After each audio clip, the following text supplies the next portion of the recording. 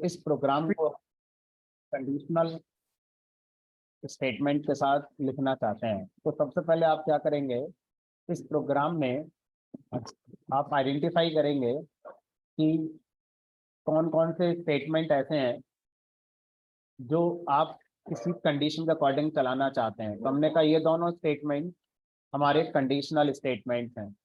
जब ये दोनों स्टेटमेंट चलेंगे तो इसके पहले कोई एक कंडीशन चेक होनी चाहिए, और वो कंडीशन हम रखना चाहते हैं कि अगर मार्क्स की वैल्यू 30 या 30 से अबव है तो भी ये स्टेटमेंट बने, अदरवाइज ये स्टेटमेंट हमारे एग्जीक्यूट नहीं होने चाहिए, ऐसा हम चाहते हैं। ठीक है, तो पाइथन में कंडीशनल स्टेटमेंट्स को लिखने के लिए उनसे पहले आपको इफ कीवर्ड का यूज करना होता है।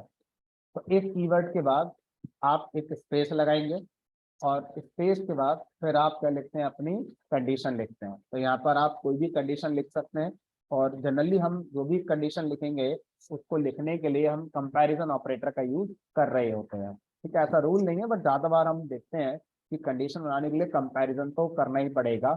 तो अब आप बताइए क्या कंडीशन बनाना चाहते हैं। हम बनाना चाहते हैं मार्क्स की वैल्यू ग्रेटर देन और इक्वल टू 30 हो। तो इफ मार्क्स ग्रेटर देन और इक्वल टू 30, ये हमारी कंडीशन हो गई।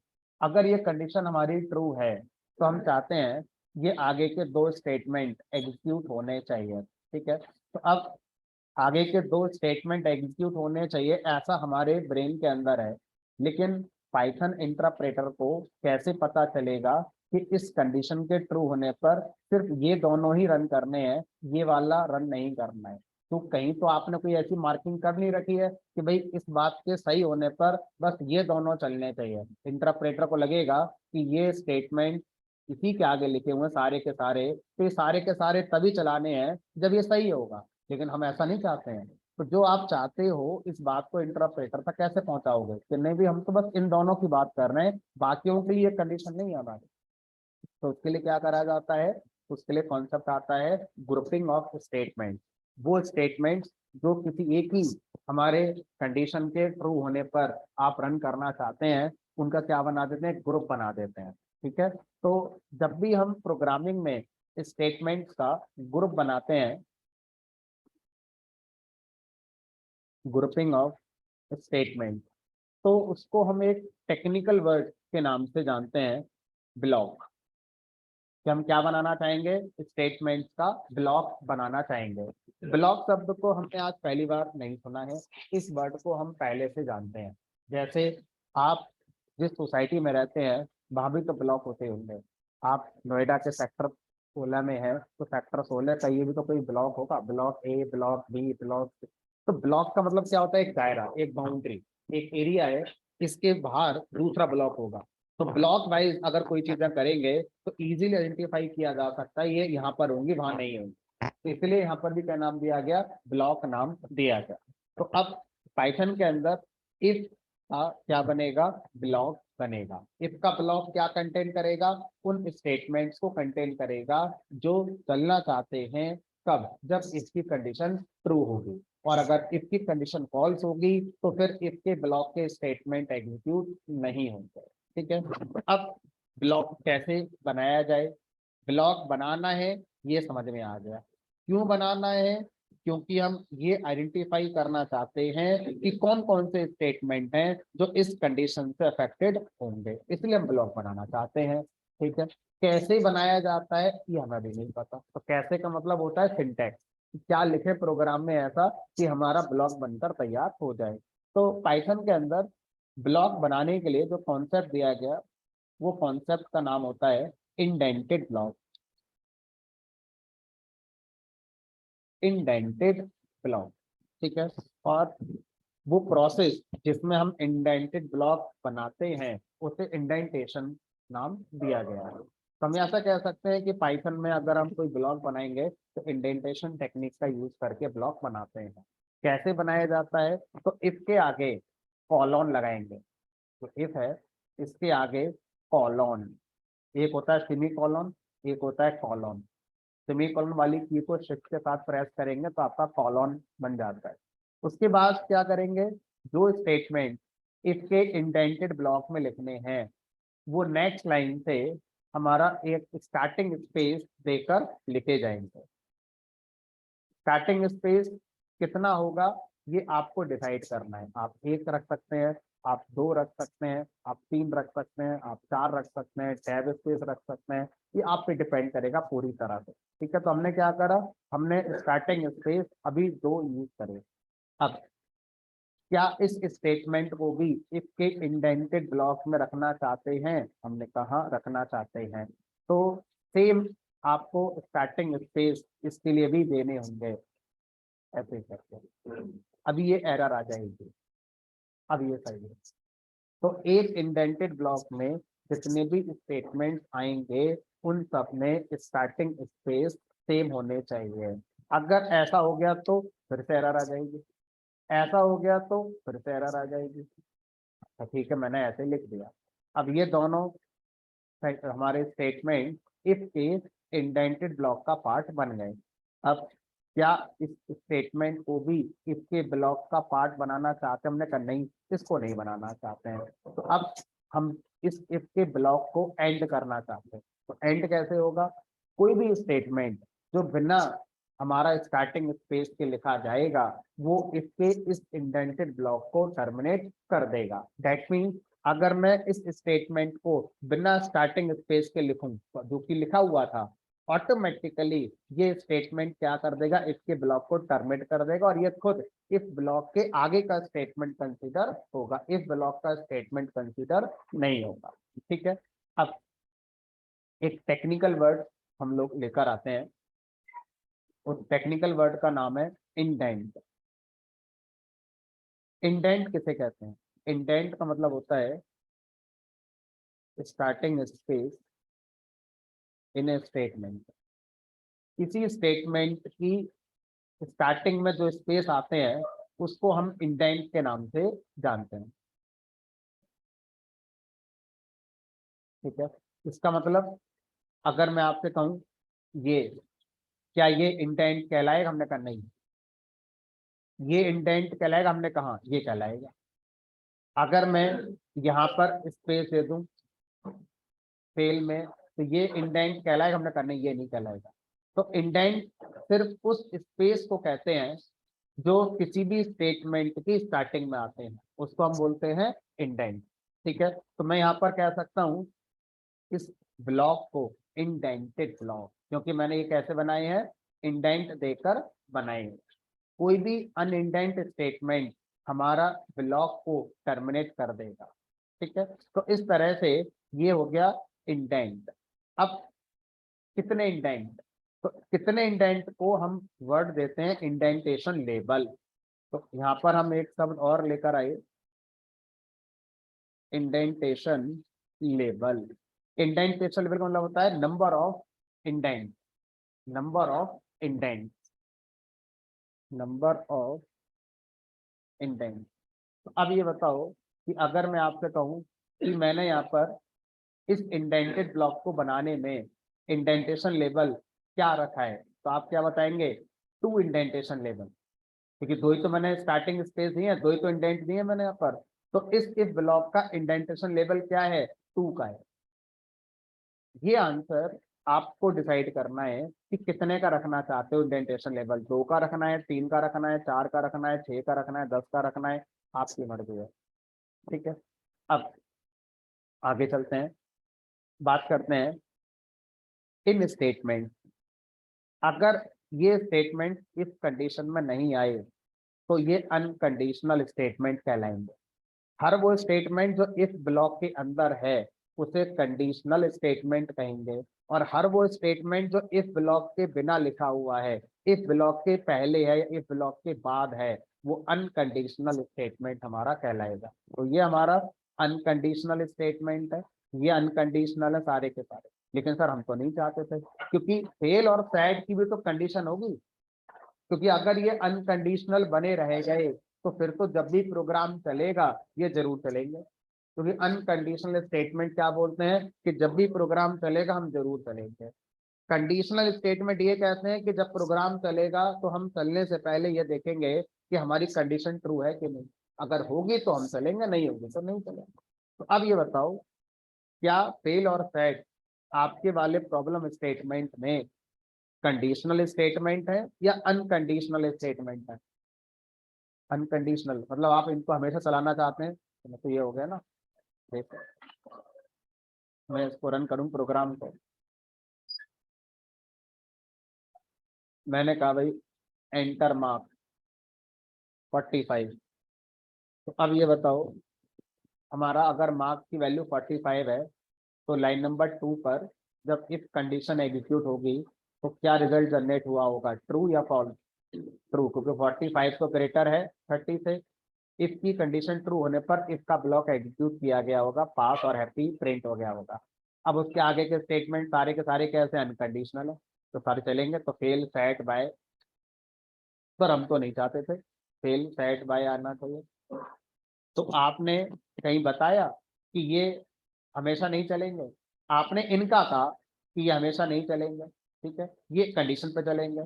तो इसका मतलब क्या हुआ, इन दोनों की भी कंडीशन है, तो फिर इसी के अंदर लिख दो। हमने कहा नहीं, इन दोनों की जो कंडीशन है वो अलग है, इन दोनों की जो कंडीशन है वो अलग है। तो ये 4 स्टेटमेंट है मेरे प्रोग्राम में जो चारों के चारों कंडीशनल हैं। इन 4 में ये दो दो के ग्रुप में बटे हुए हैं। 2 ऐसे हैं जिनको चलने की कंडीशन डिफरेंट है, ग्रेटर देन इक्वल टू 30, और जो 2 हैं उनकी अपनी अलग कंडीशन है, वो क्या है, लेस देन 30। अगर मार्क्स की वैल्यू लेस देन 30 होगी तब ये फिर हमारा फेल और फैट वाले चलने चाहिए, इसलिए इसका अलग इफ ब्लॉक बनाना पड़ेगा, उसी एक इफ ब्लॉक में हम नहीं लिख सकते। ठीक है, तो यहाँ पर हमने क्या करा, एक इफ ब्लॉक और बनाया, स्पेस, और यहाँ लिख दी condition marks is less than 30। अब इसका इंडेंटेड ब्लॉक जब बनाएंगे तो इंडेंटेशन लेवल आप कितने का रखेंगे, आपको डिसाइड करना है। आप 2 का रख सकते हो, 3 का रख सकते हो, 5 का रख सकते हो, आप कितने का भी रख सकते हो। तो मान लीजिए मैंने टैब का रख लिया। तो अब रूल क्या है, रूल है हमारा यहाँ पर कि अगर हम यहाँ पर एक इफ ब्लॉक बनाते हैं तो उस इफ ब्लॉक के अंदर जितने भी स्टेटमेंट होंगे उनका इंडेंटेशन लेवल सेम होना चाहिए। कितना होना चाहिए इसका रूल नहीं है, सेम होना चाहिए ये रूल। रूल ये भी नहीं है कि मेरे प्रोग्राम में जितने भी इंडेंटेड ब्लॉक बने होंगे उन सबका सेम होना चाहिए, उनका अपना अपना हो सकता है। तो पहले वाले में 2 स्पेस है और इस वाले में टैब स्पेस, कोई फर्क नहीं पड़ता, सही है। अब इस प्रोग्राम को अगर रन किया जाए, ये कौन सा प्रोग्राम चला गया, एंटर एवरेज मार्क्स, ठीक है, मान लीजिए 45। तो जब मैं 45 लिखूंगा तो ये कंडीशन ट्रू हो जाएगी, इसके अंदर के स्टेटमेंट चलेंगे। ये इफ कंडीशन कैसी आएगी इस बार, फॉल्स, क्योंकि 45 लेस देन नहीं होते 30 से। तो अब इफ की कंडीशन फॉल्स होने पर इफ का ब्लॉक एग्जीक्यूट नहीं होता है, कोई बात नहीं। अब लाइन नंबर 8 के बारे में सोचो, क्या ये कंडीशनल स्टेटमेंट है या अनकंडीशनल है? ये अनकंडीशनल है, ये तो चलेगा ही चलेगा। इस बार पास, हैप्पी और बाय। अगर इस प्रोग्राम को फिर से रन किया जाए और यहाँ एवरेज मार्क्स की वैल्यू में 20 लिख दें, फेल सैड और बाय, तो इस प्रोग्राम में हमने टोटल 4 स्टेटमेंट को कंडीशनल स्टेटमेंट बनाया हुआ है। उन 4 में 2 एक कंडीशन के ट्रू होने पर चलेंगे, रिमेनिंग 2 किसी डिफरेंट कंडीशन के ट्रू होने पर चलेंगे। अगर इन चारों के चलने की कंडीशन एक ही होती तो एक ही ब्लॉक में इन चारों को लिख दिया जाता, ठीक है। अब जो हमें बताया गया था उसको अगर हम ना माने, क्या बताया गया था, एक इंडेंटेड ब्लॉक के स्टेटमेंट में इंडेंटेशन लेवल सेम होना चाहिए, हमने ये बात नहीं मानी, हमने ऐसे कर दिया, एक ही का रखा, ठीक है। तो ना तो ये अनइंडेंट स्टेटमेंट है और ना ही ये हमारा इसके ब्लॉक के अंदर आ रहा है, एरर आ गया। और अगर मैं ज्यादा कर दूंगा तो मैंने कहा तो भी एरर आ जाएगा,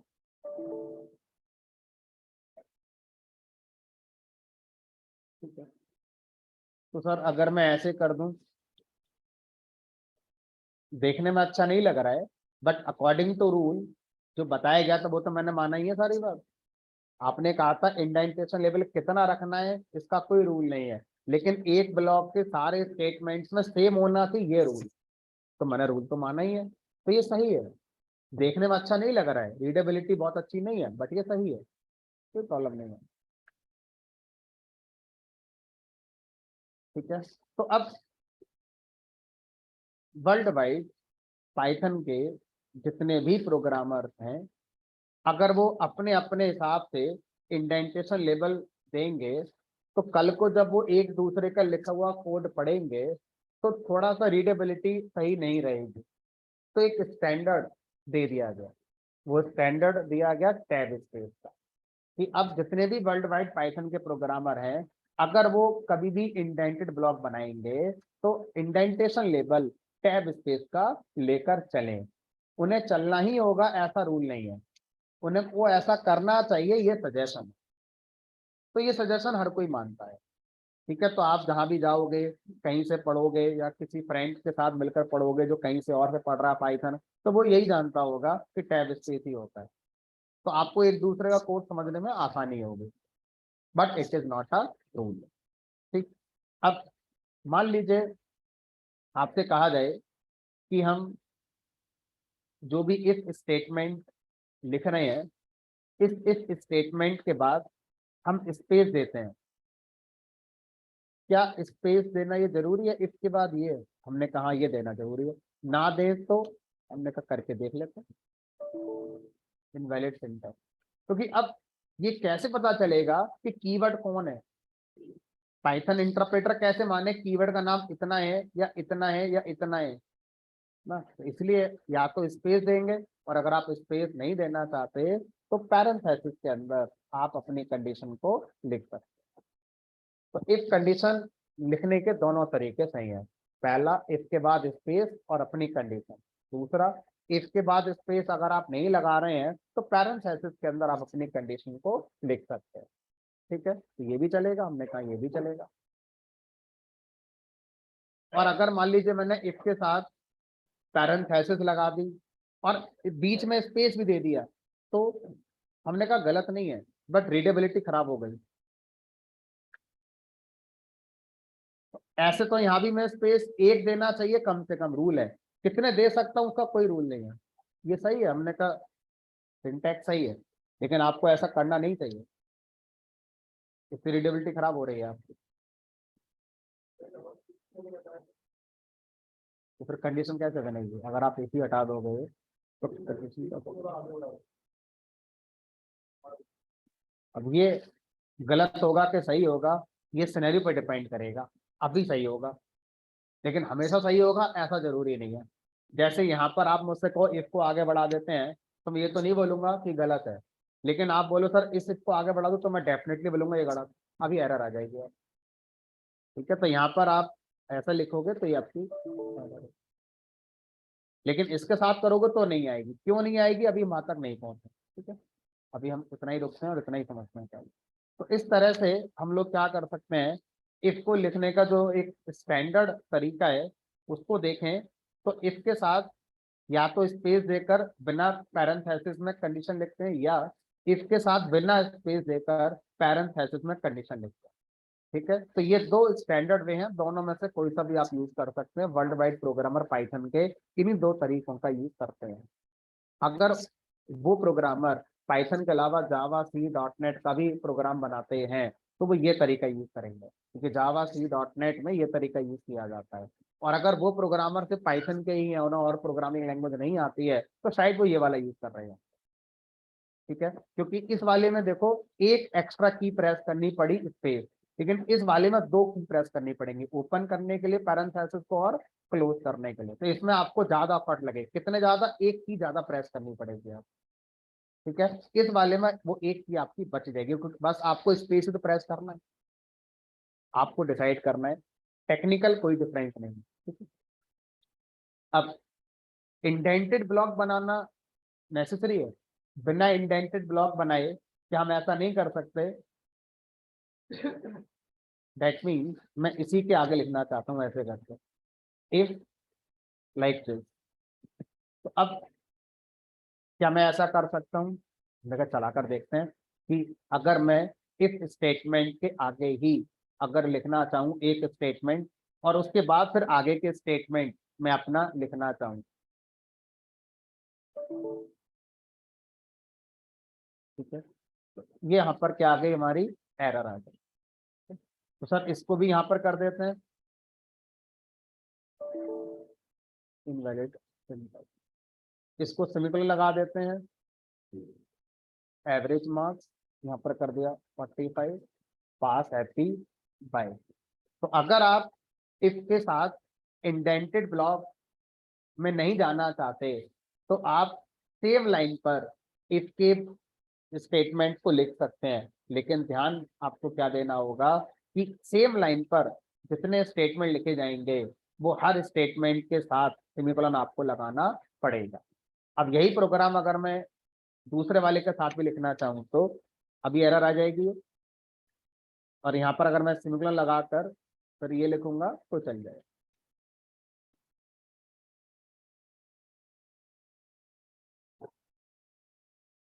तो अगर हम देखें सिंटैक्टिकली हम इसका इंडेंटेड ब्लॉक बनाए बिना अगर हम इसके स्टेटमेंट्स को डिफाइन करना चाहते हैं तो सेम लाइन पर इसके आगे कॉलम के साथ लिख सकते हैं, लेकिन आपको ध्यान क्या देना होगा, एक स्टेटमेंट के लिए तो आपको सही लगेगा, एक से ज्यादा स्टेटमेंट लिखोगे तो सेमीकोलन लगाकर आपको लिखने पड़ेंगे सारे के साथ।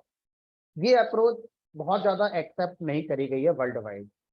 क्यों? क्योंकि इस अप्रोच में अगर मैं मान लीजिए इसकी कंडीशन ट्रू होने पर 10-5 स्टेटमेंट लिखना चाहूँ तो फिर मुझे काफी आगे लिखना पड़ेगा और हॉरिजॉन्टल स्क्रॉलिंग हमारी आ जाएगी। हॉरिजॉन्टल स्क्रॉलिंग जनरली एक अच्छा कॉन्सेप्ट कंसीडर नहीं होता है प्रोग्रामिंग में। वर्टिकल स्क्रॉलिंग हमारा अगर आ रही है तो वो एक प्रॉब्लम नहीं होती, अगर कोड में हॉरिजॉन्टल स्क्रॉलिंग आ गई है तो वो एक प्रॉब्लम हो सकती है रीडेबिलिटी को लेकर, क्योंकि हमारा जो माउस है उसका व्हील बटन जब चलता है तो ऑटोमेटिकली कौन सी स्क्रॉलिंग करता है, वर्टिकल वाली। हॉरिजॉन्टल वाली के लिए मुझे थोड़े एफर्ट लगाने पड़ते हैं, मुझे नीचे आके देखना पड़ेगा कहाँ है मेरा स्क्रॉल बार, फिर उसको पकड़ के इधर लेफ्ट राइट करना पड़ेगा, इसलिए एक अच्छी अप्रोच कंसीडर नहीं होती। तो बेटर है कि आप अगर इफ की कंडीशन होने पर एक स्टेटमेंट रखना चाहते थे तो ये अप्रोच सही है सेम लाइन वाली, और अगर आप इसके ट्रू होने पर मल्टीपल स्टेटमेंट करना चाहते हैं तो सजेस्टेड अप्रोच है इंडेंटेड ब्लॉक। ठीक है, चलिए, तो अब यहाँ पर अगर हम आगे बढ़े तो इसको हम एक नाम दे सकते हैं, इस अप्रोच को हम एक नाम देते हैं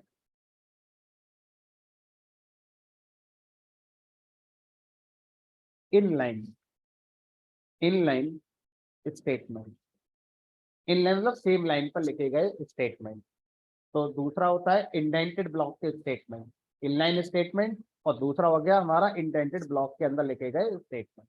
ठीक है, चलिए अब थोड़ा सा इस प्रोग्राम को और आगे लेके चलते हैं। तो मैं इंडेंटेड ब्लॉक वाली अप्रोच के साथ जाना प्रेफर करूंगा, और उस केस में सेमीकोलन लगाना ऑप्शनल है, अगर लगा रहेगा तो एरर भी नहीं आएगी, बट ये ऑप्शनल है।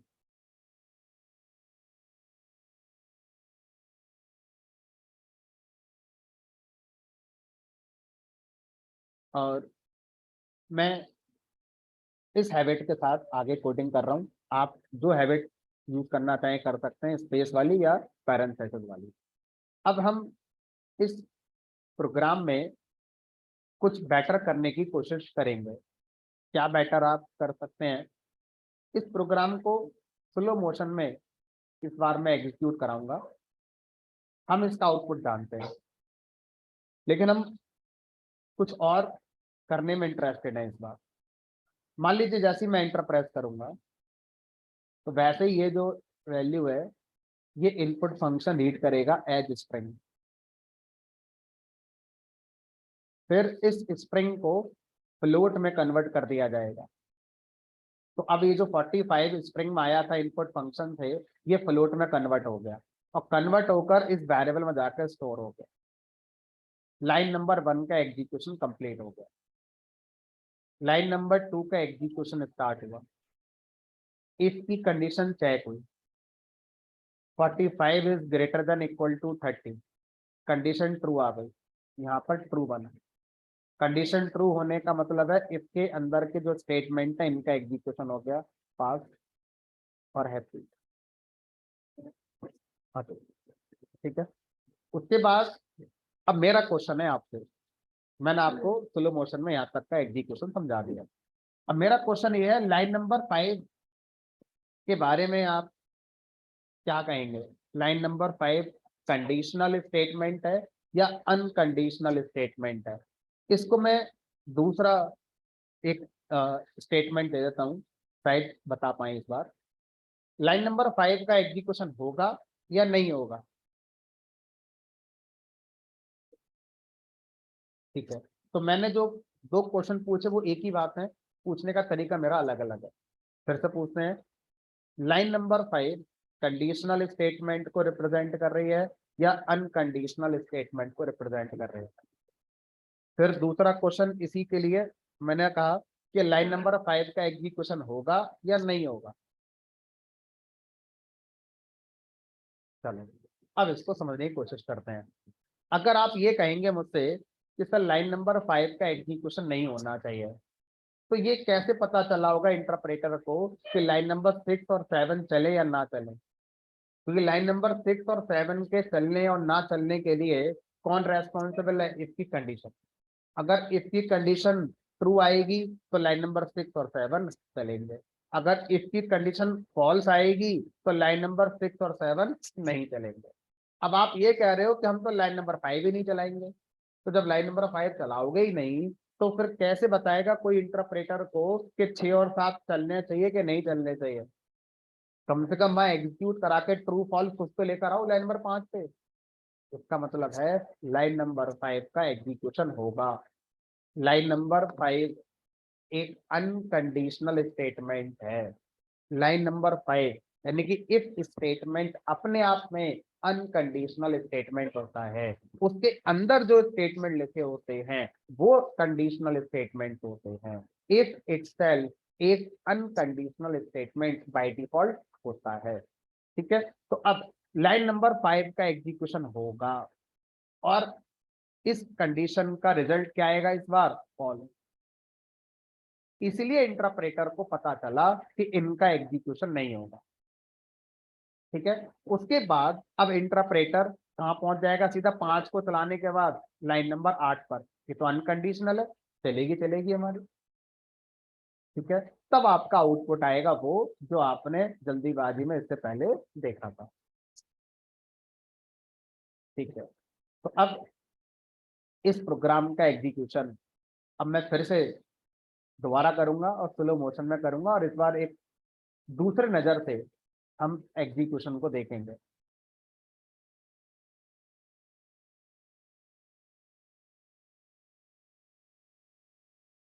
एंटर करेंगे, थोड़ा सा एक कदम आगे चलते हैं। एंटर करते ही कुछ होने के बाद इस वेरिएबल में मार्क्स की वैल्यू एज फ्लोट पहुंच गई होगी।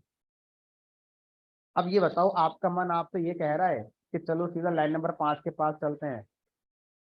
क्यों नहीं कह रहा है? इसका मतलब क्या हुआ कि आप इस बात को पहले भी जानते थे और अभी भी जानते हैं कि हमारे प्रोग्राम का execution sequentially top to bottom होता है। टॉप टू बॉटम सीक्वेंशियली एक एक करके होता है। जो स्टेटमेंट सबसे पहले लिखा है पहले वो चलेगा, फिर उसके बाद का चलेगा, फिर उसके बाद फिर ये फिर ये। तो इसलिए लाइन नंबर 1 के बाद लाइन नंबर 2 का एग्जीक्यूशन होगा। अब यहाँ पे 20 इज ग्रेटर देन और इक्वल टू 30 है, हमने कहा फॉल्स। अब line number 2 if statement false हो गया, इसलिए इस ब्लॉक को अब इग्नोर कर दिया जाएगा। अब इंटरप्रेटर सीधा कहां पर आएगा? जहां इफ ब्लॉक एंड हुआ है सीधा उस स्टेटमेंट के पास पहुंचेगा। तो लाइन नंबर 2 चलाने के बाद यह पहुंचा सीधा लाइन नंबर 5 पर। अब लाइन नंबर 5 का एग्जीक्यूशन हुआ, यहाँ पर कंडीशन चेक हुई तो क्या आई हमारी? ट्रू। ट्रू आने पर इंटरप्रेटर ने सोचा कि अब तो ये ट्रू हो गया है, अब तो मुझे इसके अंदर जाना है और ये स्टेटमेंट को चलाना है। तो यहाँ पर फेल और फैड हमारा आउटपुट में आ गया। उसके बाद इस ब्लॉक खत्म। अब आगे जो भी स्टेटमेंट बचे हैं वो सब आपके चलाने इंटरप्रेटर के लिए। टॉप टू बॉटम सीक्वेंशियल चलता है तो बाय प्रिंट होता है। ठीक है। अब ये जो एग्जीक्यूशन फ्लो हमने अभी समझे हैं, तो इन दोनों एग्जीक्यूशन फ्लो में हम ये क्वेश्चन रखना चाहते हैं कि भाई देखो, जब ये वाली कंडीशन चल गई लाइन नंबर 2 वाली और ये ट्रू आ गई, तो हमें पता है कि ये कंडीशन फॉल्स ही होगी, क्योंकि ये ट्रू हो गई है तो ये कभी ट्रू हो ही नहीं सकती। तो इंटरप्रेटर आप इसे ना चेक ही मत करो, क्योंकि आप जब इसे चेक करोगे तो कुछ तो समय लगेगा चेक करने में, और हमें पता है कि आना फॉल्स ही है। लेकिन इंटरप्रेटर बोलेगा मैं नहीं जानता कि फॉल्स है, मुझे तो आपने लिख कर दिया है तो मैं तो चेक करूंगा ही करूंगा। अगर ये फॉल्स है तो फिर आगे कोड में नहीं चलाऊंगा। लेकिन आप इंटरप्रेटर को ये नहीं कह सकते इसको इग्नोर कर दो, इसे चेक ही मत करो। क्यों आप ऐसा कहना चाहते थे इंटरप्रेटर से? क्योंकि इंटरप्रेटर का कुछ तो टाइम लगा होगा, 1 सेकंड का 100वां हिस्सा लगाया होगा, तो वो भी क्यों लगाए जब पता है कि ये फॉल्स ही होगा। तो हमारी बात क्या कहना चाह रहा हूं मैं, तो यहाँ पर अब कॉन्सेप्ट में थोड़ा सा बदलाव किया गया और हमसे कहा गया कि आप अगर किसी एक कंडीशन के ट्रू होने पर दूसरा ब्लॉक श्योर है नहीं चलाना चाहते हैं, तो आप दो इफ ना लगाकर आप क्या करें, इफ के साथ क्या लगाएं, एल्स ब्लॉक लगाएं। एल्स ब्लॉक क्या कहता है कि मेरे पास अपनी कोई कंडीशन नहीं होती, मेरी अपनी कोई कंडीशन नहीं होती, मैं इसकी कंडीशन को शेयर करता हूं। तो एल्स ब्लॉक के पास अपनी कोई कंडीशन नहीं होती, ये इसकी कंडीशन को शेयर करेगा। किस तरह से करेगा? अगर इसकी कंडीशन ट्रू हो गई है तो ये इंटरप्रेटर से बोलेगा मुझे नहीं चलाना है, कुछ भी चेक करने की जरूरत नहीं है। इफ अगर ट्रू हो गया है तो मुझे नहीं चलाना है। लेकिन अगर इसकी कंडीशन फॉल्स हो गई है तो इंटरप्रेटर से क्या बोलेगा, मुझे चलाओ। लेकिन चेक कुछ नहीं करना है, एक बार आपने इसको चेक कर लिया उसी से डिसाइड हो जाएगा एल्स के बारे में कि क्या होगा एल्स के। तो इफ अगर ट्रू है तो एल्स नहीं चलेगा, इफ अगर फॉल्स है तो एल्स जरूर चलेगा। ठीक है, तो इस तरह से अब इस प्रोग्राम का एग्जीक्यूशन दोबारा करते हैं। यहाँ लिखा मैंने 50, एंटर करा, लाइन नंबर 2 पर कंडीशन एग्जीक्यूट हुई, 50 is greater than equal to 30, pass happy. अब एल्स ब्लॉक ने इंटरप्रेटर से कहा कि मेरी अपनी कोई कंडीशन नहीं है, कोई टाइम नहीं लगाना है आपने, आप ये देखो कि इफ ट्रू था कि फॉल्स था। तो इंटरप्रेटर ने कहा ट्रू था, तो एल्स क्या बोलेगा, मुझे इग्नोर कर दो, आगे बढ़ जाओ, कोई कंडीशन चेक करने की जरूरत अब इंटरप्रेटर को नहीं है। तो जो टाइम लग रहा था पहले, वो टाइम मैंने थोड़ा सा बचा लिया। किस बात का टाइम बचा लिया? यहाँ पर एक कंडीशन लिखी हुई थी इससे पहले वाले प्रोग्राम में, उसको चेक करने में तो कुछ टाइम लगा होगा इंटरप्रेटर को, वो टाइम इस बार नहीं लगा होगा। अगर मैं इस प्रोग्राम को फिर से रन करूंगा और यहाँ पर मैं 20 लिख दूं, तो इसकी कंडीशन अभी भी चेक होगी, इसकी कंडीशन तो जरूर चेक होगी, लेकिन टाइम हम किसका बचा रहे हैं इस बार, इसके अगेंस्ट जो दूसरी कंडीशन थी वो है ही नहीं हमारे प्रोग्राम में।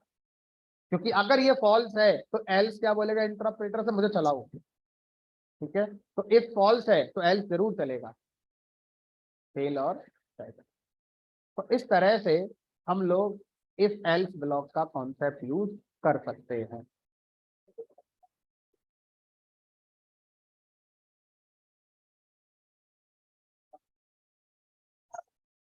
इसको कैसे पता चला? ये कंडीशन कंपेरिजन हो रहा है ना यहाँ पर। हमने जब प्रोग्राम को रन कराया है तो आप देखो, हम रन टाइम पर एक वैल्यू मांग रहे हैं, जो वैल्यू हम यहाँ दे रहे हैं ना, वो वैल्यू एक वेरिएबल में जाकर स्टोर हो रही है, दैट इज मार्क्स। तो ये जो वैल्यू होगी, ये वैल्यू कहाँ जाकर स्टोर हो जाएगी, इस वेरिएबल में स्टोर हो जाएगी। तो इस तरह से इसको पता चल गया कि यहाँ तो 20 था और यहाँ 30 है ग्रेटर, तो 20 तो ग्रेटर नहीं होता 30 से। इस तरह से इसको पता चल गया कि यहाँ पर जो वैल्यू आई है वो 30 से हमारा छोटी है, बड़ी नहीं। ठीक है, चले। अब इसके साथ एल्स ब्लॉक हम कब यूज करेंगे? जब हमारे पास दो कंडीशन है और उन दो कंडीशन में से कोई एक जरूर चलेगी। ऐसा नहीं हो सकता कि कोई भी ना चले, ऐसा नहीं हो सकता कि दोनों चले, ऐसा जरूर होगा कोई एक जरूर चलेगी। या तो इफ चलेगा, अगर इफ नहीं चला तो कौन चलेगा जरूर, एल्स चलेगा। ठीक है, इफ के साथ एल्स जब आप यूज करते हैं तो कुछ आपको रूल्स भी हैं जो आपको और पढ़ने होते हैं। जैसे अगर मैं इफ और एल्स के बीच में कोई स्टेटमेंट लिख दूं, लाइक एप्पल प्रिंट कराने का स्टेटमेंट लिख दिया, तो अभी तक जितनी हम लोग चीजों को जानते हैं उसके हिसाब से हम ये बोलेंगे लाइन नंबर 5 कैसा स्टेटमेंट है, अनकंडीशनल, क्योंकि वो किसी ब्लॉक में तो लिखा नहीं है इसके या एल्स के, है ना। तो हमारे हिसाब से तो एप्पल तो हमेशा एग्जीक्यूट होना चाहिए। लेकिन एक नया रूल ये कहता है कि इफ और एल्स ब्लॉक के बीच में कोई नहीं आ सकता। जहाँ इफ खत्म होगा उसके बाद कौन आएगा, एल्स ब्लॉक आएगा। अगर आपने इफ और एल्स ब्लॉक के बीच में कोई और स्टेटमेंट लिख दिया तो ये एरर आती है।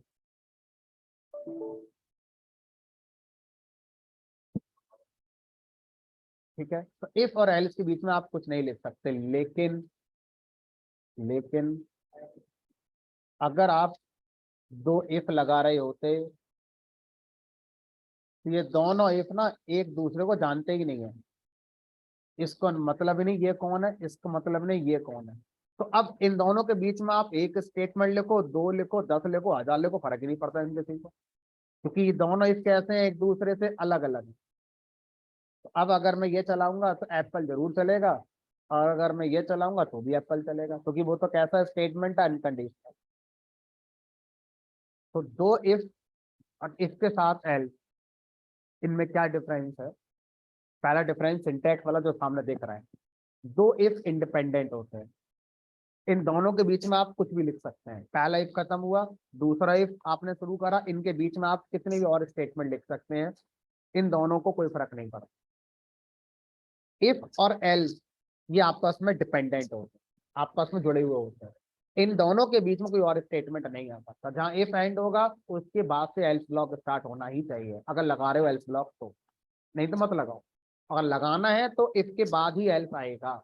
ठीक है, इन दोनों के बीच में कोई और स्टेटमेंट नहीं आ सकता। ये तो बात होगी सिंटैक्स वाली।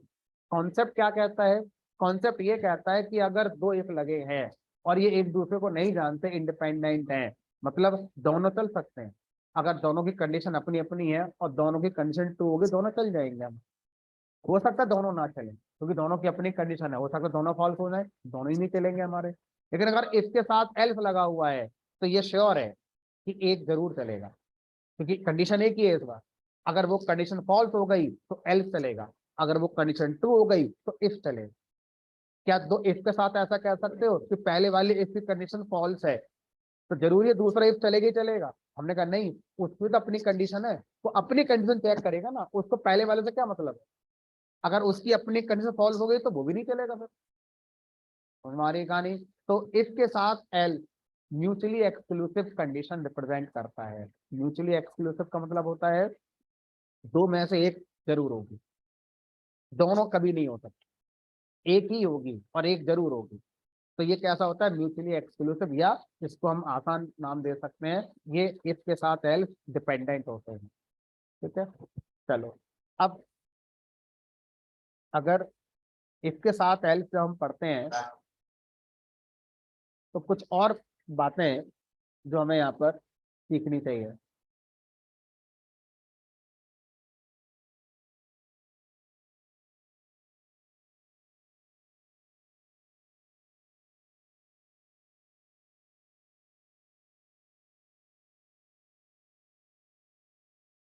इस प्रोग्राम को मैं थोड़ा सा आसान करके बनाता हूँ।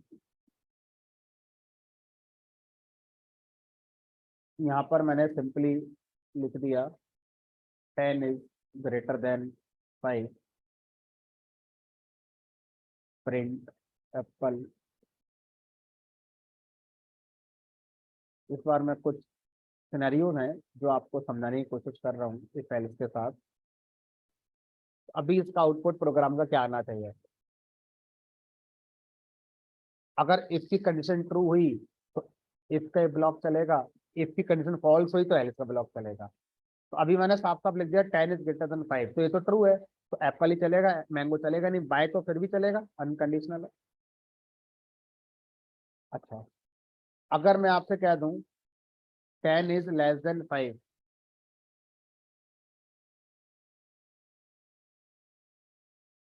अब देखते हैं आप क्या सोचते हैं इसके बारे में।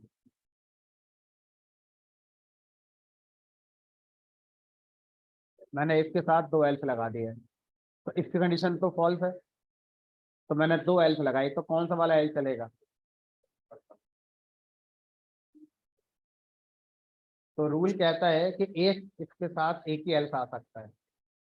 आना है ऐसा रूल नहीं है, लेकिन अगर आएगा तो एक ही आएगा, 2 एल्स नहीं आ सकते। ठीक है, तो ये क्या बन जाएगी हमारी एरर। तो एक इसके साथ एक ही एल्स अलाउड है। चीजों को अगर आपने ध्यान से नहीं सुना तो मीनिंग बदल जाएगा। अगर आपने ये सुन लिया कि सर ने बोला है कि एक प्रोग्राम में एक ही एल्स ब्लॉक आता है, तो ये गलत बात हो गई। मैंने ऐसा कभी नहीं बोला, आपने सुन लिया अपने आप प्रोग्राम शब्द, मैंने नहीं बोला था। मैंने बोला था एक इसके साथ, एक प्रोग्राम में एक इसके साथ एक ही एल्स ब्लॉक अलाउड है। अब एक प्रोग्राम में पता नहीं कितने पे लगा सकते हो आप, हर इसके साथ एक ही एल्स अलाउड है।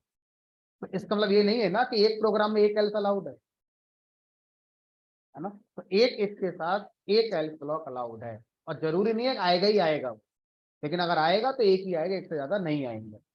ठीक है, अब एक और सिनेरियो देखो,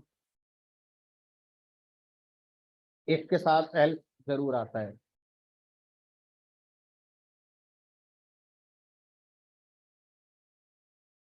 इसके साथ एल्स है, एक ही है। अब सही है, ऐसा कर सकते हैं, एल्स पहले लगा देते हैं, एक बाद में लगा देते हैं, तो ये एरर है। अब इस एरर को और ज्यादा बेटर वे में समझना है, तो इसकी मैं 2 वजह आपको बताता हूँ। पहली वजह है कि इसके पहले आपने एल्स लगा दिया है, इसलिए एरर है। दूसरी वजह क्या है? दूसरी वजह है कि एल्स के पहले इफ नहीं है, इसलिए एरर है। दोनों मतलब एक नहीं है, ध्यान से सुनोगे तो अलग अलग लगेंगे, जल्दीबाजी में दोनों स्टेटमेंट एक ही लगेंगे। मैंने पहले क्या बताया? पहले बताया मैंने ये एरर इसलिए है क्योंकि आपने इसके पहले एल्स लगा दिया। दूसरा वजह मैंने बताया इसलिए गलत है क्योंकि एल्स के पहले इफ नहीं है। तो कौन सी वजह सही है? इसके पहले एल्स नहीं हो सकता, या एल्स के पहले इफ नहीं है इसलिए एरर है? एल्स के पहले इफ नहीं है इसलिए गलती है। इसके पहले एल्स तो हो सकता है, इसके पहले एल्स हो सकता है सर, ऐसे कैसे हो जाएगा? हमने कहा देखो, if 5 is equal to 4, print बनाना। अच्छा भी बताओ, ये गलत है सही है सब? इसका आउटपुट क्या आएगा जब इसको रन किया जाए? पूरे कोड को देखने वाले को क्या दिखाई देगा? ये फॉल्स हो गई, फॉल्स होने पर इसका एल्स चलेगा मैंगो। ये इफ अपना अलग है, ये कंडीशन ट्रू है, एप्पल प्रिंट हो गया। अगर ये फॉल्स होती तो कुछ नहीं होता, क्योंकि इसका एल्स तो है ही नहीं, बाय तो हमेशा चलेगा। तो एल्स के बाद इफ अभी भी है, लेकिन पहले गलत ये था क्योंकि एल्स के पहले इफ होना जरूरी था, वो नहीं था। तो इफ और एल्स के ऑर्डर की अगर हम बात करें तो पहले इफ आता है, उसके बाद एल्स आता है। ऐसा नहीं है कि पहले एल्स लगा दो फिर उसके बाद आप इफ लिखोगे उसका। एल्स के बाद इफ अगर आया है तो वो दूसरा है, उसका अपना एल्स होगा फिर आगे।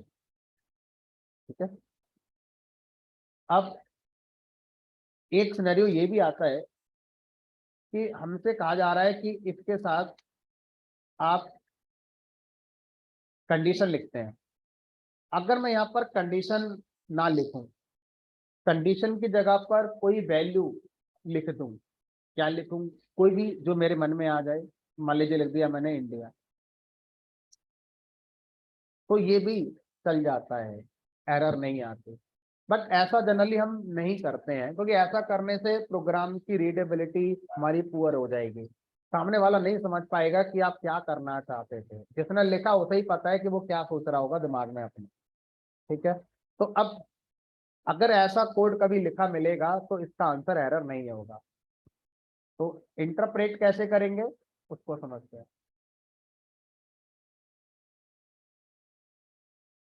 0, 0.0, नन, और बिना करेक्टर की स्ट्रिंग, एम्प्टी स्ट्रिंग।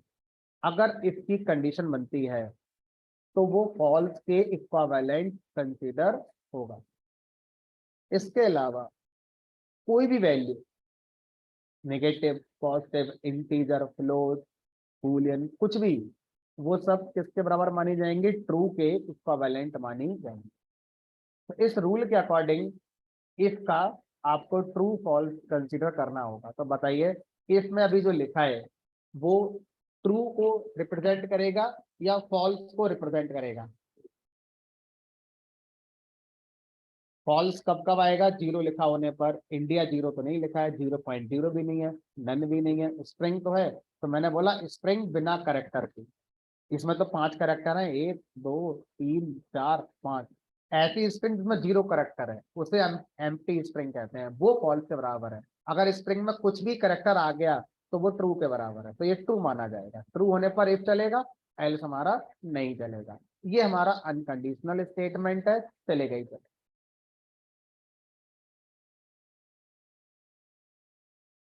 अगर मैं ऐसे कर दूं, अब ये किसके बराबर हो गया? फॉल्स के। फॉल्स होने पे कौन चलेगा? एल्स ब्लॉक, और मैंगो चलेगा फिर। अच्छा सर, मैं यहाँ पर अगर एक स्पेस दे दूं तो हमने कहा अब ये हमारा एक करेक्टर हो गया, स्पेस भी एक करेक्टर होता है, तब ये ट्रू के बराबर हो गया। ठीक है, और बनाना ही आउटपुट में है। ठीक है। अब सर स्ट्रिंग की जगह अगर मैं कोई नंबर लिख दूं, मान लीजिए -56, तब ये किसके बराबर माना जाएगा? ट्रू के। अगर ये ट्रू के बराबर माना जाएगा तो इसका एग्जीक्यूशन होगा, डेट इज आउटपुट में बनाना दिखाई देगा।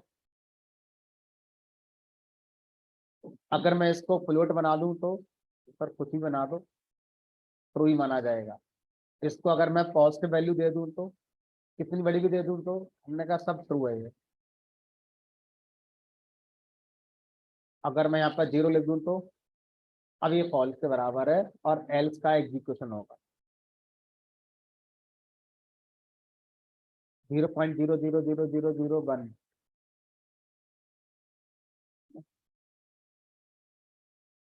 ट्रू होने पर बनाना, और अगर ये भी 0 है तो फिर फॉल्स है ये। फॉल्स होने पर मैंगो।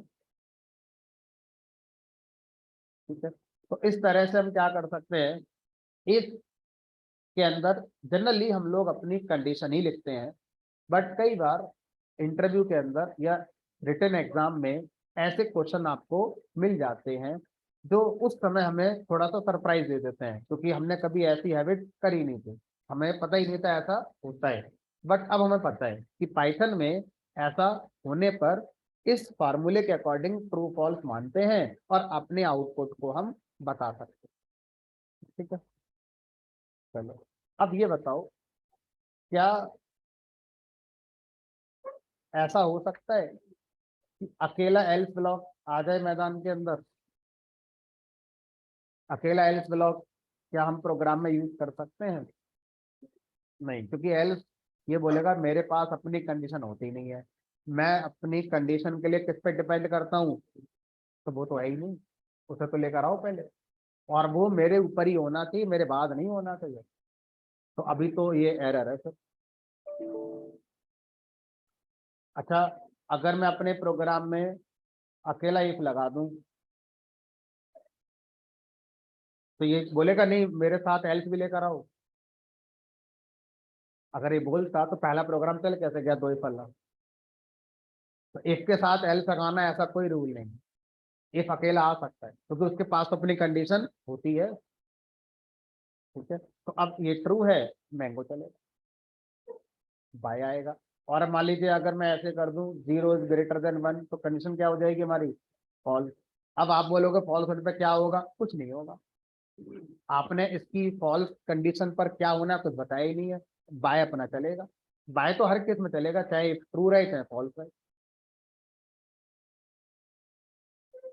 ठीक है, चलिए, तो इसके साथ एल्स के सिनेरियोज क्या क्या थे ये हमारी समझ में आ गए। अब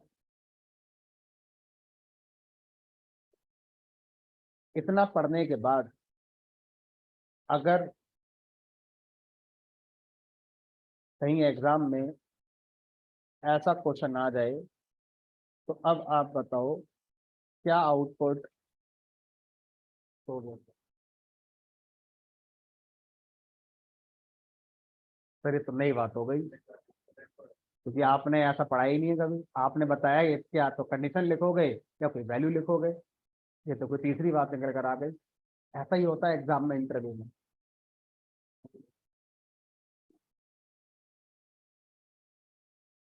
तो अब इसके आंसर में दो तीन बातें हैं जो हम कह सकते हैं। पहला, एरर है तो कुछ तो लिखना ही पड़ेगा।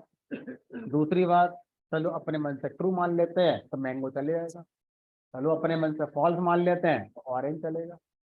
इन्हीं में से कोई एक आंसर होगा, और तो कोई पॉसिबल ऑप्शन मुझे नहीं दिख रहा है। ठीक है, तो अब इसको अगर हम रन कराते हैं फिलहाल, तो इसका आउटपुट आया ऑरेंज। अगर इसका आउटपुट ऑरेंज आया है तो अब आप मुझे रिवर्स वे में सोचकर बताओ, इफ ने क्या माना अपने अंदर? फॉल्स माना होगा। जब फॉल्स माना होगा तभी तो एल्स ब्लॉक चला होगा, और जब एल्स ब्लॉक चला होगा तभी तो इसका आउटपुट क्या आया होगा? ऑरेंज आया होगा। ठीक है, अब थोड़ा सा हमें और ध्यान देना होगा। अगर आपसे कहा जाए कि इस ब्लॉक के आगे अगर मैं कुछ नहीं लिखता हूं तो क्या होता है, तो हमने अभी देखा, आंखों से देखा, प्रैक्टिकल देखा, फॉल्स होता है। तो आंखों देखा भी कभी कभी ऐसा होता है जो सच नहीं होता है। जैसे अगर ये क्वेश्चन पूछ लिया जाए आपसे, और आपके दिमाग में ये बात बैठ गई है कि इसके आगे कुछ ना लिखने पर फॉल्स होता है, तो आप तो आउटपुट ऑरेंज देकर आ जाओगे।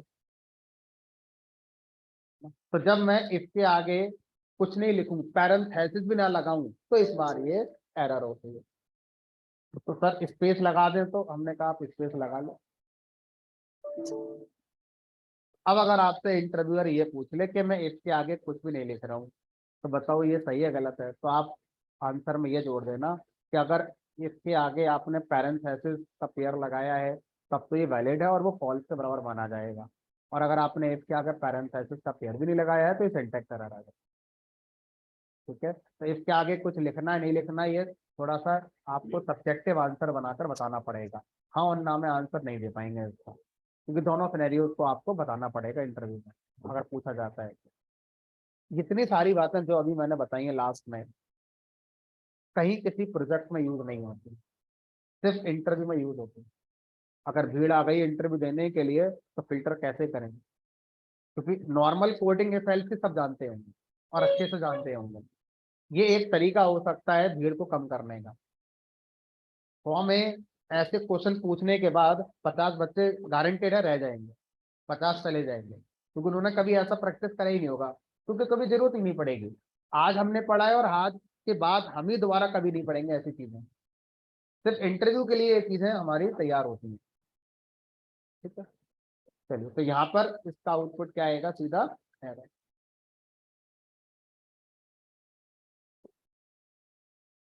अब कॉन्सेप्ट को आगे बढ़ाते हैं। मान लीजिए आपसे कहा जाए कि हम उस वाले प्रोग्राम में पास और फेल की जगह पर fail, third division, second division, first division ऐसे दिखाना चाहते हैं, तो कैसे दिखाएंगे? हमने कहा ठीक है, उस प्रोग्राम को एक्सटेंड करते हैं। मार्क्स, मार्क्स की वैल्यू फ्लोट रखी और यहाँ पर लिख दिया एंटर मार्क्स। अब हमने यहाँ पर लिखा इफ, तो सबसे पहले हम फेल को डिफाइन करते हैं। फेल, तो अगर मार्क्स की वैल्यू 30 से कम है तो हमारे अकॉर्डिंग वो फेल होना चाहिए। अब ये जो कंडीशन है ये आपको पहले से बताई जाती है। प्रोग्रामर कंडीशन का कोड बनाता है, लेकिन वो कंडीशन का क्राइटेरिया क्या होगा प्रोग्रामर अपने पास से नहीं सोचता है। ये आपको जिसने भी ये प्रॉब्लम दी है सॉल्व करने के लिए वो बता कर जाएगा कि भाई ये है बातें, इनके अकॉर्डिंग आपको प्रोग्राम पूरा बनाना है। ठीक है, तो if marks is less than 30, that means कि मैं यहाँ पर क्या कर देता हूँ? फेल कर देता हूँ। अब हम मार्क्स की वैल्यू अगर ग्रेटर देन 30 होती है या इक्वल टू भी होती है, तो थर्ड डिवीजन से पास हो जाते हैं। एक और लगाया मैंने। मार्क्स की वैल्यू अगर मान लीजिए 45 के बराबर या 45 से ज्यादा है तो आप सेकंड डिवीजन आ गए, और अगर मार्क्स की वैल्यू 60 या 60 से ज्यादा है तो आपकी फर्स्ट डिवीजन है।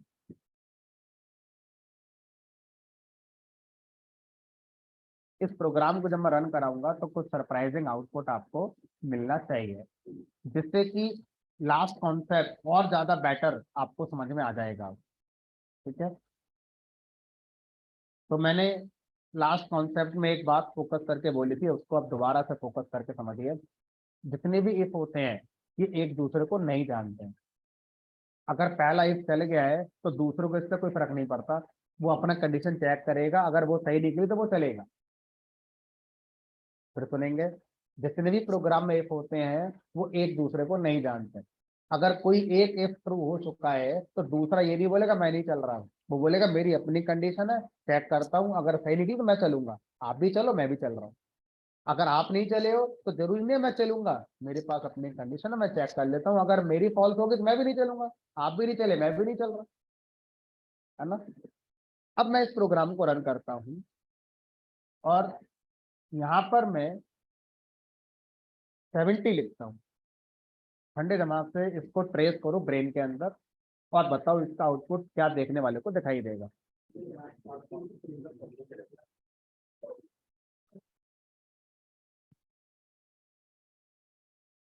थर्ड, वैसे तो ध्यान से सोचो तो फर्स्ट डिवीजन के मार्क्स लग रहे हैं ये, लेकिन आपने ऐसा प्रोग्राम बनाया होगा तब ना, क्योंकि हम जो सोचते हैं वो आउटपुट नहीं आता है, हम जो लिखते हैं उसका आउटपुट आता है। तो जो हम सोचते हैं उसको लिखना होता है और फिर वो आउटपुट में आता है ना। तो अभी हम देखें तो हमारा program sequentially top to bottom जब चलेगा तो पहले इस कंडीशन से मिलेगा, यहाँ से तो फॉल्स हो गया, है ना, क्योंकि आपका जो इनपुट आप दे रहे हैं 70 वो लेस नहीं होता 30 से, तो ये फॉल्स हो गया, इसलिए ये वाला इफ नहीं चला। अगले वाले इफ को पकड़ा गया, 70 ग्रेटर देन इक्वल टू 30, हाँ सही है, 30 से बड़ा तो होता ही है, बराबर नहीं होता तो कंडीशन ट्रू है, चला दो इसको थर्ड डिवीजन। अब ये क्या बोलेगा, मैं अलग हूँ, मैं इसको जानता ही नहीं हूँ पहले वाले इसको, तो ये बोलेगा मुझे चलाओ, मेरी कंडीशन है, इसकी कंडीशन है क्या, मार्क्स अभी जो आए थे वो 45 से ज्यादा आने, हाँ ये भी सही कह रहा है, तो ये भी चला दो सेकंड डिवीजन। अगला वाला ही बोलेगा मुझे चलाओ, अगर मैं ट्रू हो गया तो मेरा ब्लॉक भी चलेगा। ठीक है, अब अगर मैं आपसे कहूँ कि यहाँ पर इसके साथ अगर मैं एल्फ लगाऊं तो इस बात की गारंटी होती है इफ और एल्फ एक दूसरे को जानते हैं। अगर इफ ट्रू तो एल्फ नहीं चलेगा, इफ फॉल्स तो एल्फ ही चलेगा।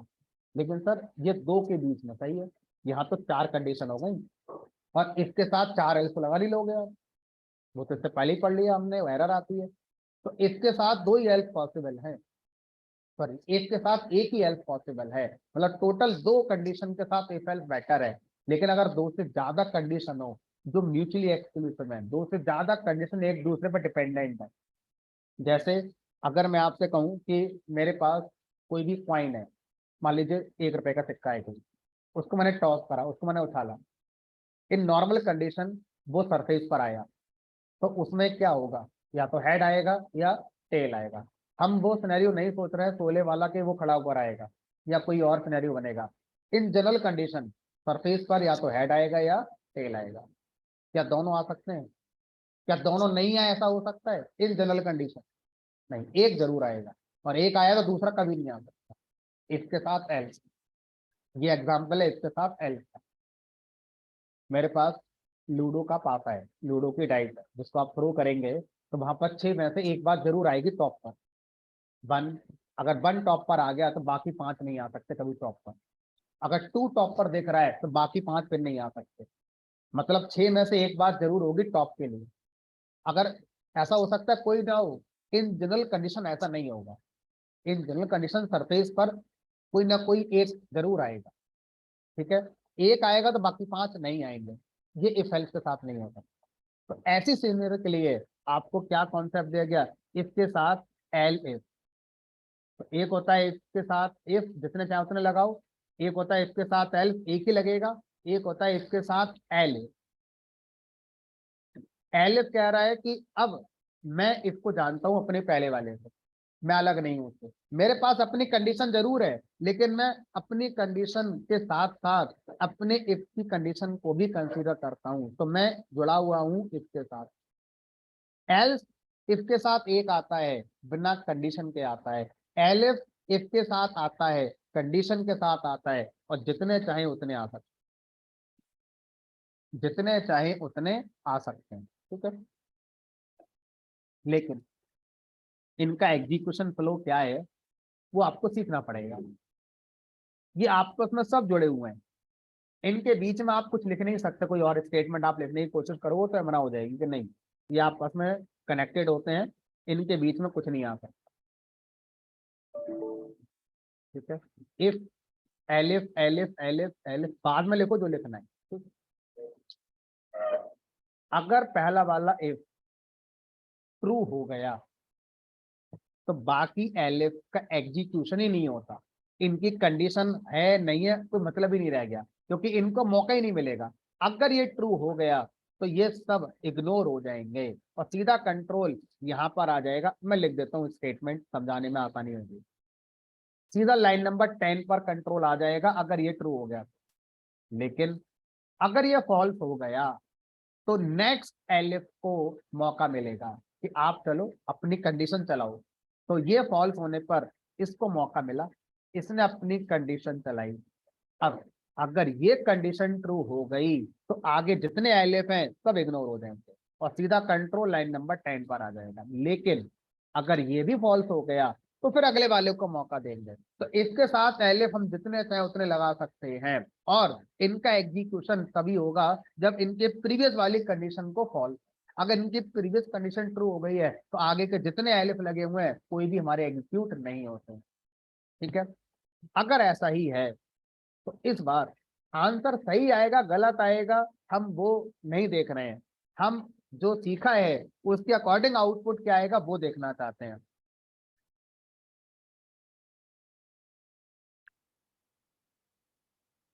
क्योंकि इसके साथ एलिफ लगाने पर टॉप टू बॉटम ऑर्डर में ही इन सबका एग्जीक्यूशन होता है। कैसे? पहला वाला ट्रू, आगे वाले सब इग्नोर। पहला वाला फॉल्स, दूसरे वाले को चलाओ।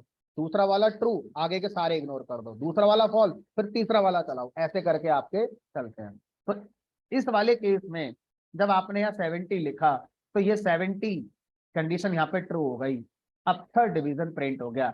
इन बेचारों को मौका ही नहीं मिला, भले ये ट्रू होते इनको मौका ही नहीं मिलेगा, क्योंकि ये क्या है, मल्टीपल म्यूचुअली एक्सक्लूसिव कंडीशन।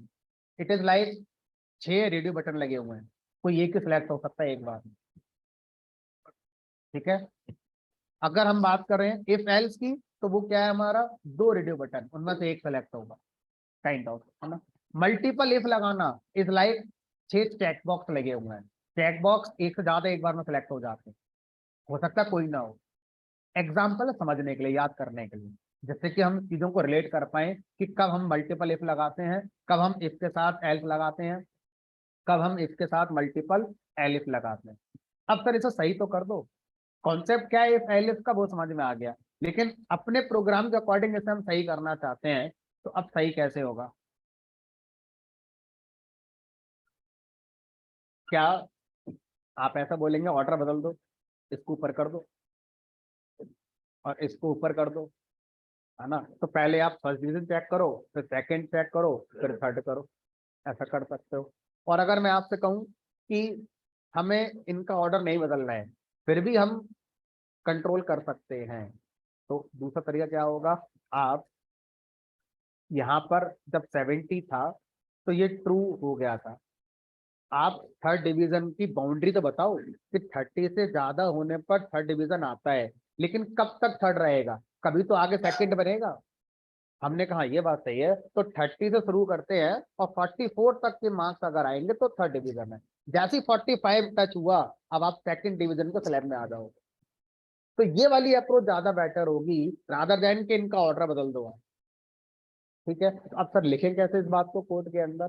तो अब मैं एलिफ के अंदर एक कंडीशन लिख चुका हूँ, एक और कंडीशन में लिखना चाहता हूँ। तो हम चाहे इफ हो चाहे एलिफ हो, एक से ज्यादा कंडीशन यूज कर सकते हैं अगर जरूरत पड़ती है तो। ठीक है, जैसे यहाँ जरूरत पड़ रही है मुझे कि मार्क्स की वैल्यू 30 और 30 से ग्रेटर हो सकती है, एज वेल एज मार्क्स की वैल्यू कम भी रहनी चाहिए किससे, 45 से। अगर ये दोनों बातें सही हैं, ये भी बात सही है और ये भी बात सही है, तभी हम ओवरऑल ट्रू मानकर थर्ड डिवीजन पे जाना चाहते हैं। तब ये बताओ, पाइथन में हमने ऑपरेटर्स पढ़े थे, उनमें एक ऑपरेटर ऐसा था जो दो कंडीशन के ट्रू होने पर ही ट्रू देता है। कौन सा वो? Logical and. क्या लगा देंगे दोनों के बीच में? Logical and. ये बात सही है, एंड ये बात भी सही है, तब आप थर्ड डिवीजन आओगे। ठीक है, तो सर ऐसे तो यहाँ भी लगाना चाहिए, हमने कहा एंड मार्क्स की वैल्यू 60 से लेस रहे, क्योंकि 60 पर तो हम कहाँ पहुंच जाएंगे, फर्स्ट डिवीजन में पहुंच जाएंगे। अब देखो, जब मैं 70 के साथ रन कराऊंगा तो अब ये फॉल्स, क्योंकि 70 लेस देन नहीं होता 30 से। ओवरऑल ये भी फॉल्स, क्यों? क्योंकि ये तो ट्रू आ जाएगा, लेकिन ये क्या आएगा? फॉल्स, क्योंकि 70 लेस नहीं होता किससे, 45 से। ये ट्रू आया होगा, ये ट्रू, ये फॉल्स। एंड क्या बोलता है? फॉल्स, क्योंकि दोनों ट्रू होने पर ही मैं क्या दूंगा? ट्रू दूंगा। ठीक है, तो इस तरह से ये ओवरऑल फॉल्स हो गया, ये नहीं चला। अगर ये नहीं चला तो अगले वाले को मौका मिला होगा। अब ये ट्रू, ये फॉल्स, ओवरऑल फॉल्स, अगले वाले को मौका मिला, ये ट्रू हो गया, तो फर्स्ट डिवीजन।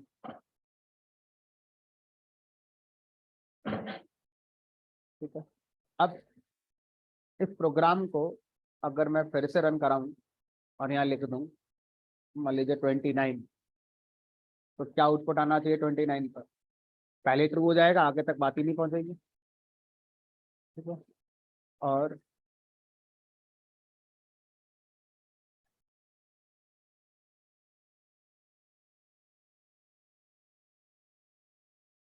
तो वैसे तो हमारे लिखे प्रोग्राम के अकॉर्डिंग फर्स्ट डिवीजन आ गई, लेकिन हमसे ये कहा गया था हमारे मैक्सिमम मार्क्स कोई तो आ सकते हैं। हम ये मान के चल रहे परसेंटेज है, तो 100% ही तो आ सकता है। सारे सब्जेक्ट में 100 नंबर आए होंगे आपके, इससे ज्यादा तो नंबर ही आ ही नहीं सकते। तो अगर ऐसा यूजर कर दे, तो रादर देन कि आप आउटपुट में दिखाएं फर्स्ट डिवीजन, आप आउटपुट में दिखाएं इनवैलिड मार्क्स। ये तो पॉसिबल ही नहीं। कैसे दिखाओगे अब इस बात को? अभी तो फर्स्ट डिवीजन आएगी, तो फर्स्ट डिवीजन की बाउंड्री बना दो कि 60 या 60 से ज्यादा और 100 या 100 से कम। 100 भी होने चाहिए इस बार, 100 या 100 से कम। अब एक एक एलिफ और लगाओगे किस बात का? अगर मार्क्स की वैल्यू ज्यादा है 100 से, तो इस बार इनवैलिड मार्क्स।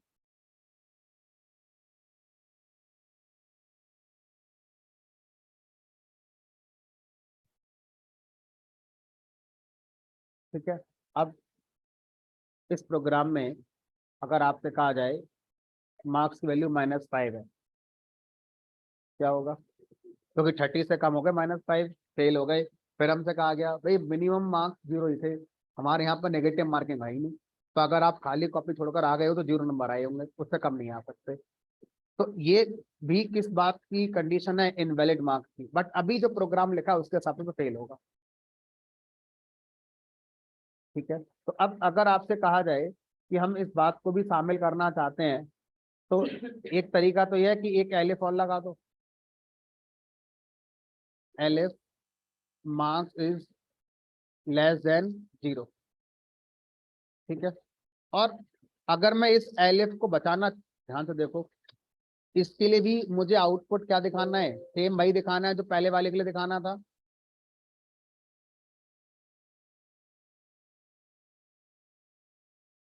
-6 पे फेल क्यों हो गया? अच्छा, यहाँ तक बात ही नहीं पहुंची, क्योंकि -6 तो यहीं पे ट्रू हो गया। तो इसकी बाउंड्री बनाओ कि भाई फेल आपको तब मानेंगे जब आपके मार्क्स 0 या 0 से ज्यादा हैं, एंड 30 से कम। 30 पे तो पास हो जाओगे आप। अब आप इनवैलिड मार्क्स में आ गए। इनवैलिड मार्क्स ना करें। अगर दो कंडीशन है जिनका सेम मैं लॉजिक लगा रहा हूँ, सेम आउटपुट में दिखाना चाहता हूँ दो कंडीशन पर, तो आपको वो दो कंडीशन ना लगाकर एक कंडीशन लगानी चाहिए यूजिंग और ऑपरेटर। और का मतलब क्या होता है, या इन दोनों में से कोई भी एक बात अगर ट्रू होगी तो आपका कंडीशन ट्रू माना जाएगा, और चाहे तो ये ट्रू हो जाए चाहे तो ये ट्रू हो जाए, दोनों में से कोई भी एक ट्रू होगी तो हमारा क्या होगा, ये वाला आउटपुट दिखा दिया जाएगा।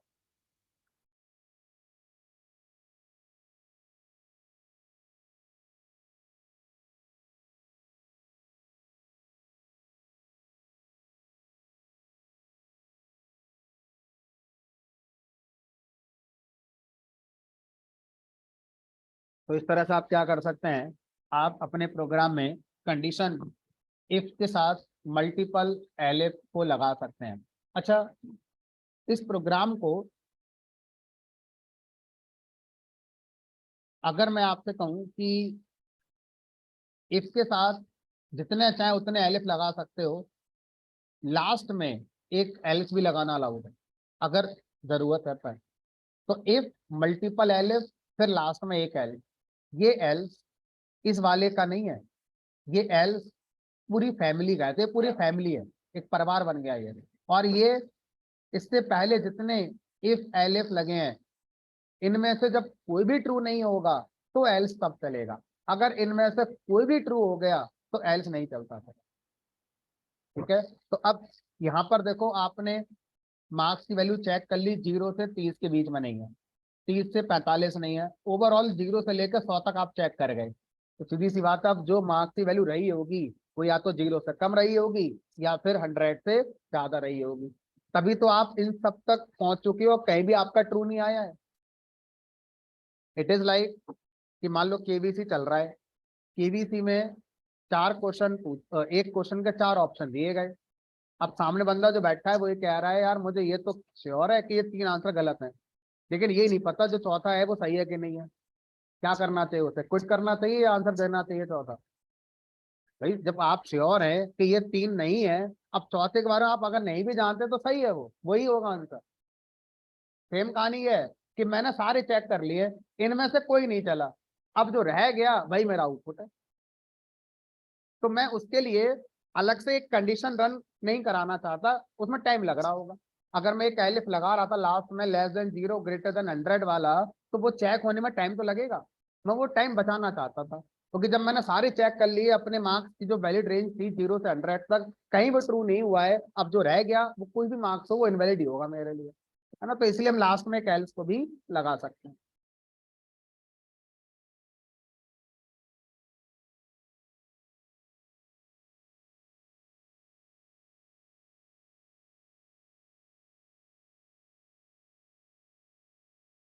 अब एक और एग्जाम्पल को लेते हैं, तो अभी मैंने आपको ये पूरा if elif if L student के मार्क्स पास फेल के लेकर समझा दिया। अब एक दूसरा सिनेरियो जनरेट करते हैं। मान लीजिए हम लोग दिन भर पेटीएम का यूज करते हैं, तो पेटीएम के अंदर हम कोई एक सरप्राइज कैशबैक का स्कीम लगाना चाहते हैं कि आपने अगर किसी को 1000 का पेमेंट करा यूजिंग पेटीएम, तो एक सरप्राइज कैशबैक मिलेगा 50 रुपए का, जो आपको पहले से पता नहीं था कि ऐसा होगा, अचानक से ऐसा होगा। तो मुझे उस पर्टिकुलर कोड को लिख कर देखना है, हमें पेटीएम का पूरा कोड नहीं बनाना है, हमें उस पर्टिकुलर जो कॉन्सेप्ट दिया जा रहा है उसको अगर पाइथन में लिखकर देखना हो तो कैसे लिखेंगे वो समझना था। अमाउंट की वैल्यू आप यूजर से रन टाइम पर इनपुट कर, तो एक अमाउंट वेरिएबल ले लिया, मान लीजिए इंटीजर टाइप का, एंटर अमाउंट। अब आप क्या करिए, इस अमाउंट की वैल्यू को आप चेक करिए क्या ये 1000 से अबव है या 1000 के बराबर है, अगर ऐसा हुआ तो आपको 50 कैशबैक दे देना है। क्या लगाए यहाँ पर, if amount is greater than equal to 1000 cashback, immediate cashback का लॉजिक क्या होगा? अमाउंट की नई वैल्यू अमाउंट में से -50 कर दो, ये तो हो गया कैशबैक। और क्या होगा भाई? आपको 1000 रुपये पेमेंट करने थे, अब 950 करने होंगे। आपको अगर 2000 पेमेंट करना था तो अब आपको 1950 करना होगा। 50 का कैशबैक मिल गया आपके लिए इमीडिएट। और अगर आपको 800 का पेमेंट करना था तो कोई नहीं मिला, आपको 800 पेमेंट करना होगा, तो भी कंडीशन फॉल्स हो गई होगी हमारे। यहाँ पर एक यूजर फ्रेंडली मैसेज लिख दो, 50 कैशबैक एडेड। अच्छा, अब हम चाहते हैं कि यूजर को फाइनल अमाउंट बताया जाए कि आपका फाइनल अमाउंट ये है। तो मैंने यहाँ पे लिख दिया फाइनल अमाउंट जो भी बना। अब अगर आप ध्यान से देखें यहाँ पर, तो मैंने लिख दिया मान लीजिए 1200, कंडीशन ट्रू हो गई, 50 माइनस हो गया, फाइनल अमाउंट ओवर 1150 रह गया। लेकिन अगर यही प्रोग्राम मैं ऐसे चलाऊं 500 रुपये के साथ, तो क्या इस बार कैशबैक मिलेगा? तो इस बार फाइनल अमाउंट कितना मुझे पे करना होगा? 500। बट ये बात आउटपुट में लिख कर आनी चाहिए थी, बट लिख कर नहीं आई। क्यों नहीं आई? क्योंकि फाइनल अमाउंट वाला जो मैसेज है वो आपने कहाँ डाल रखा है? इस ब्लॉक के अंदर। तो वो तभी तो चलेगा जब इफ कंडीशन ट्रू होगी। लेकिन मैं इस वाले स्टेटमेंट को तो हर केस में चलाना चाहता हूँ, भले ही आपको कैशबैक मिले या ना मिले। तो ये क्या कंडीशनल स्टेटमेंट हमने करना, ये नहीं था। तो इसको इस ब्लॉक से बाहर निकालो। अब ये हमेशा चलेगा, या तो इसके साथ या इसके बिना। ठीक है, फाइनल अमाउंट 400।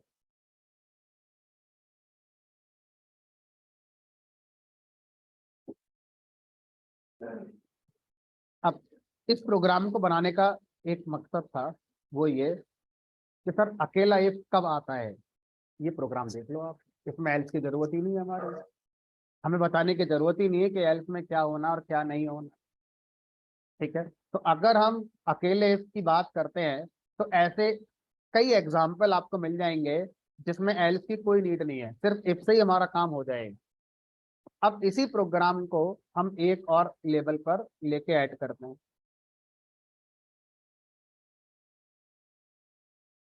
मान लीजिए आपसे कहा गया कि अगर आपको पहला कैशबैक मिल गया 50 रुपए का, तो अब आप एलिजिबल हो गए एक प्रोमो कोड लगाने के लिए।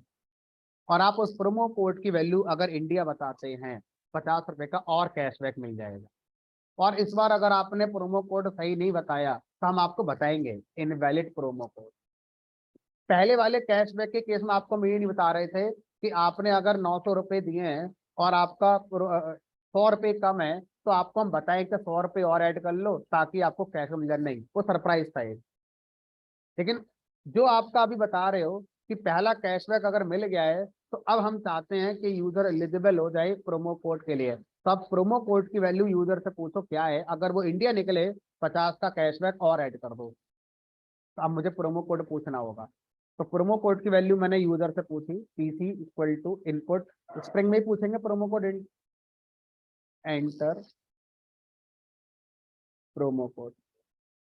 अच्छा सर, अगर हम इस बात को इसके अंदर ना लिखकर ऊपर ही लिख लें तो सही रहेगा गलत रहेगा?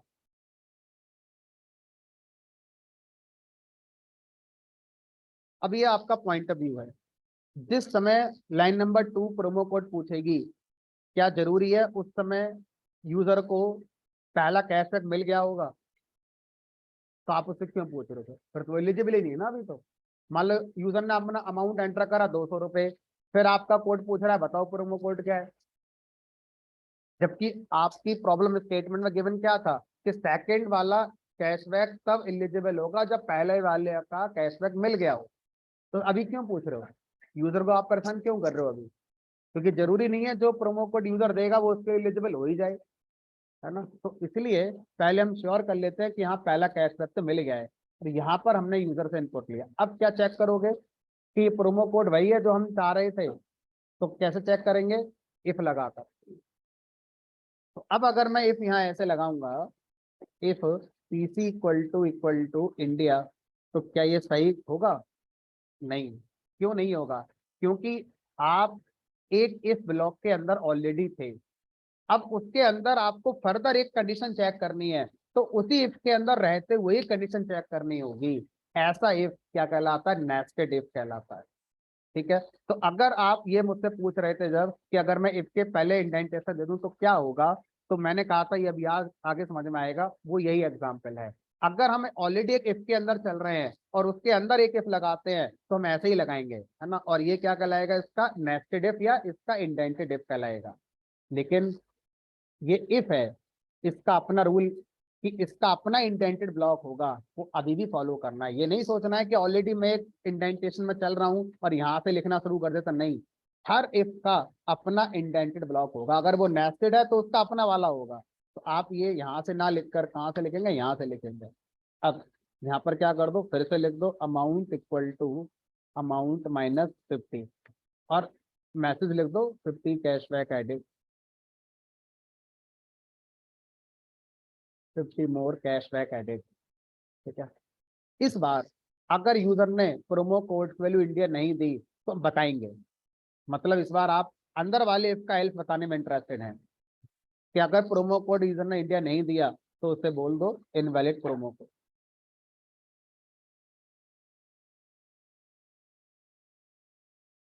अब अगर यहाँ पर ही कंडीशन फॉल्स हो गई तो यूजर को कुछ नहीं पूछना है, क्योंकि सबको सरप्राइज है।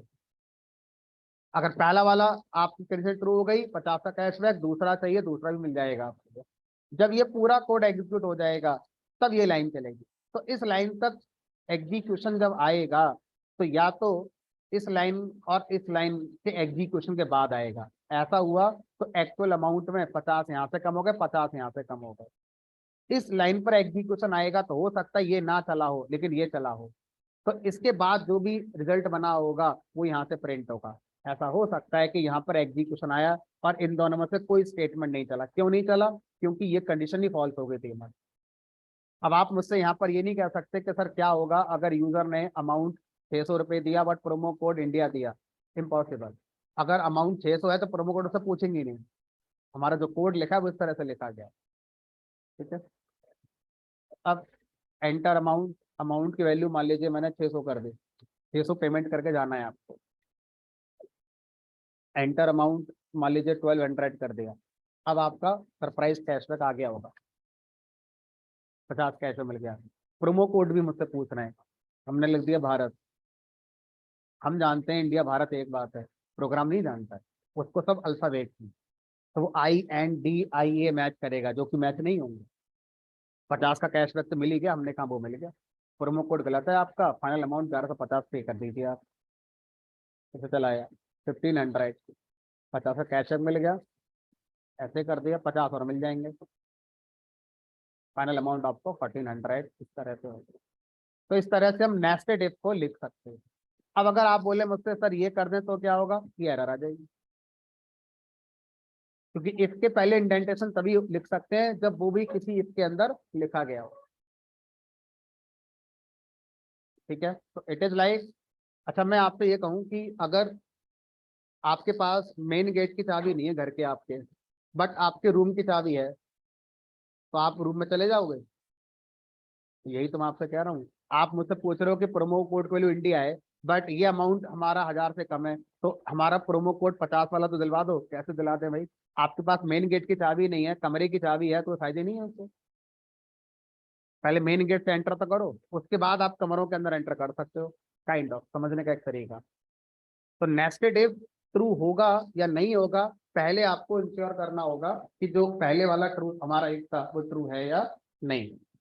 ठीक है, चलो तो इस तरह से हम क्या कर सकते हैं, नेस्टेड इफ एल्स की बात कर सकते हैं। नेस्टेड इफ का अपना एल्स होता है, नेस्टेड इफ का अपना एलिफ हो सकता है, इसके साथ एलिफ एलिफ एलिफ लगा सकते हैं। आउटर वाले इफ का अपना एल्स होगा, आउटर वाले इफ का अपना एलिफ एलिफ एलिफ हो सकता है। ठीक है, तो इस तरह से हमारा ये नेस्टेड कंडीशन का कॉन्सेप्ट भी कंप्लीट हो जाए। चलिए आज इतना रखेंगे, बाकी कल